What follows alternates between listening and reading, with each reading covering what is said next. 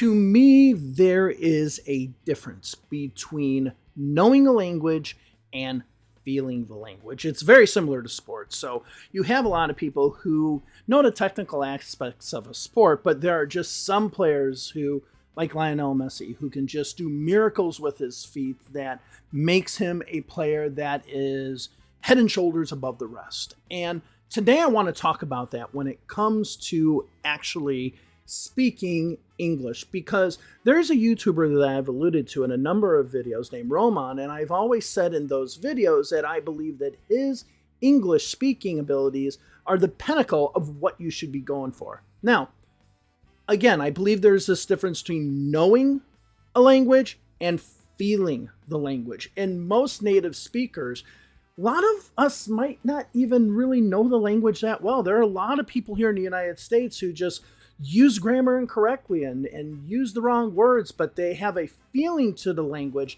that you would never confuse them as not being a native speaker of English. There would be no confusion whatsoever.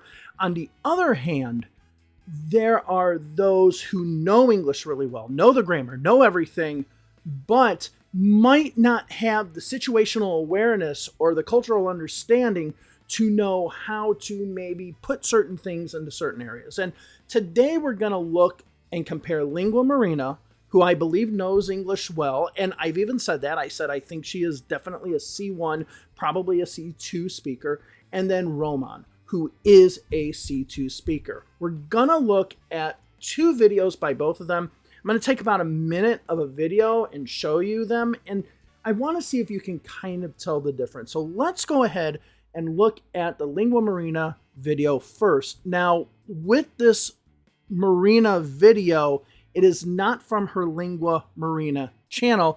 It is from a channel called like Silicon Valley Girl or something like that, which is not her language channel. I purposely did that because I wanted to have a speaking sample of her where she is just talking normally like she would talk to an average American instead of trying to teach people about English. So that was the main reason why I picked her other channel to get the video clip from. So let's go ahead and watch that video clip. And I want you to see how easily you can follow what she's saying, especially if you're a B2 learner and higher. I want you to tell me, comment down below, how easy it is or how difficult it is to follow what she's saying. So let's go ahead and look at that clip. And the thing is, if that happened 3 or 4 years ago, I'll be like, oh, maybe they're right.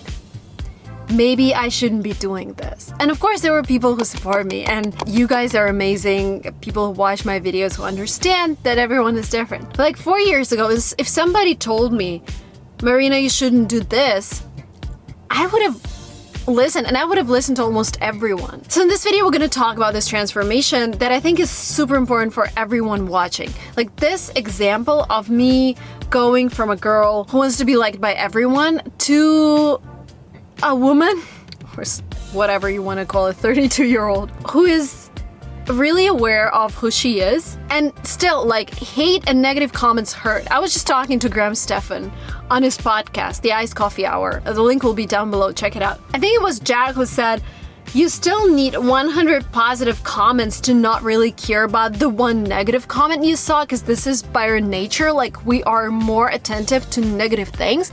Now, a few things I want to mention in that clip. The first thing is that it was probably much easier to follow. It probably was a lot easier to follow that clip. I don't think she used a lot of words that were very out of the ordinary. Maybe 1 or 2 or 3 that maybe they might be new to you, but overall I think it was very good, very quick. She spoke well. She knows the language well. I'm not gonna deny that at all. But there are a few things I noticed about it. First, it probably was easier for you to understand because it wasn't necessarily using a lot of advanced grammar. Which goes to my second point, and that second point is that if you listen to her video, and then you go back to her LinguaMarina channel where she says, don't say this, say this instead, say this if you want to sound like a native English speaker, she actually basically uses none of that advice. She's not really using idioms. She's not using a lot of phrasal verbs in certain ways. She's just using basic words to get her point across, which again is good because the way she speaks in this video is kind of the way that an average American would speak. They wouldn't be throwing in all these metaphors and idioms and certain phrasal verbs or similes or whatever. They don't do that.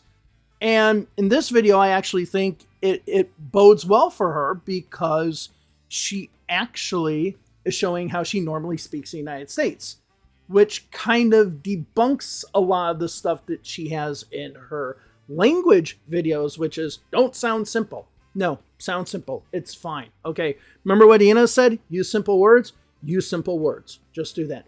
Now, let's look at Roma. Now, I'm going to admit the language here is going to be a little rough. So if you don't like curse words and you don't like cussing and people swearing all over the place, this video might not be for you. However, that being said, and I'm telling you to hold on this, is that the way in which he uses these cuss words, the way in which he swears, actually shows how naturally he feels the language. Now, in this video, first of all, I'm just going to say, I understand everything he says, and I could easily have a conversation with him. But I want you to tell me in the comments below how easy it was to understand what Roman was saying and the points that he was trying to get across as well. And down in the comments, kind of compare both. Tell me which one was easier, which one was harder, which ones gave you more of a challenge. Let's go look ahead and look at what Roman said and compare that with LinguaMarina. So let's go. Макдональдса, на котором маркером закрашена буква М. Yeah, I already talked about this, right? This is some ghetto shit, bro. I'm not gonna lie. What the hell is this? This is like almost embarrassing. I mean, I get it. They have a lot of just sauces laying around. But like, come on. Like, was there no better way than to like cover it with a fucking Sharpie, bro? I feel so bad because like, imagine how many bags of these sauces they had to cover with it's crazy. It's insane. So yeah, the packaging is basically exactly the same. They just removed the Golden Arches logo and the fries are now not in like an iconic red cardboard thingy, but there's like just some bootleg looking ass whites. I cannot like, oh my, like this is what Russia is now, bro. We have to eat bootleg McDonald's and pretend like shit is okay. What the fuck is this, bro? This is my, oh my god. And I don't even care about, like, I mean, I eat at McDonald's, so let's be honest. I don't even care about McDonald's that much. This is just fourth world country shit, bro. It is. It just fucking is. This is embarrassing. Holy shit. Oh my, I cannot believe that this is the point we've reached. This new McDonald's, you know, tasty period was opened on 12th of June. And that is actually not like any other day in Russia. It's actually the Russia Day. It's like the day of Russian independence when Russia became independent from the USSR. And it's a national holiday. So obviously with this move, they were like, yeah, guys. Patriotic McDonald's. Fuck all these Western shit. We don't need it. Russia Day. Let's open up and show these fucking Americans what for. And like looking at some of the pictures on this is just so funny, like people pulling up with like Russian flags to this, like, yeah bro, it's patriotic as hell. It's actually the most patriotic thing you can do. Go into a bootleg, a copy of a Western, of an American food chain, fast food chain, burger chain, go in there and be like, yeah, hell yeah dude, Russia forever, fuck America and shit, we don't need your ass. What are you talking about, bro? If you're so patriotic, go home and eat grechka or some shit, which is good by the way. I'm not dissing buckwheat, but this is just like, what kind of like mental gymnastics is this? All right, so you now watch Roman's video, and the way, to me,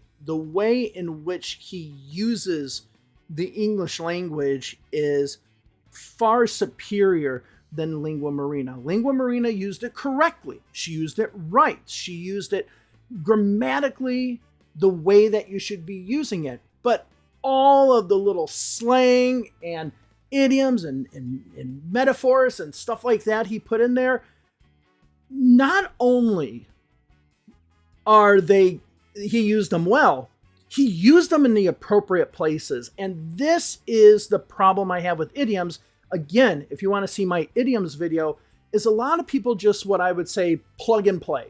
They'll take a word out, they'll plug in an idiom and then play it and say, this is what an idiom should be like. But instead, you need to feel at what point, within what context you want to put an idiom, or you want to use a phrasal verb or some type of slang. You need to understand where that appropriateness is. And in Roman's videos, he absolutely shows that this is the appropriate place in which you would say that. And honestly, the way he talks there is just like the way if I was hanging out with my friends at a bar and we were talking about something, this is exactly how we would be speaking. I mean, the way he speaks is like exactly how we speak. Now, I don't know. I mean, and this is where it's a little bit different from LinguaMarina, because obviously she's not cussing in her videos, and that's fine. But I haven't seen anything in any of her videos that shows that she has a feeling for the language. She has the knowledge for it, which is good, But I haven't seen her use any of these idioms or other things that she talks about, like don't say this, don't say that, outside of the context of her actual lessons themselves. And this is where I have the issue with her channel, is she's saying, don't say this, don't say this. But then when she's in the wild doing her thing, she doesn't follow her own advice. Why? Because she's speaking like you should normally be speaking. And I think that video portrays her in a bright light because that's normally how somebody would speak. But as you can tell, the way in which she's able to convey herself, unlike Roman, is still very easily understood. And again, that's fine. I'm going to keep on saying that. That's fine. But Roman can feel it. Now, I don't know if LinguaMarina has any other videos where she really can show that she can, plug and play some sort of idiom and it would be put in the correct context. I don't know. She just says, here's something, use this idiom instead, plug it in. Whereas Roman actually does get the feeling for it. Now, if I was to say something like Roman, I'm not entirely sure that Marina would understand it. Like if I was mad, I was pissed off at somebody on the street, and I say, hey, you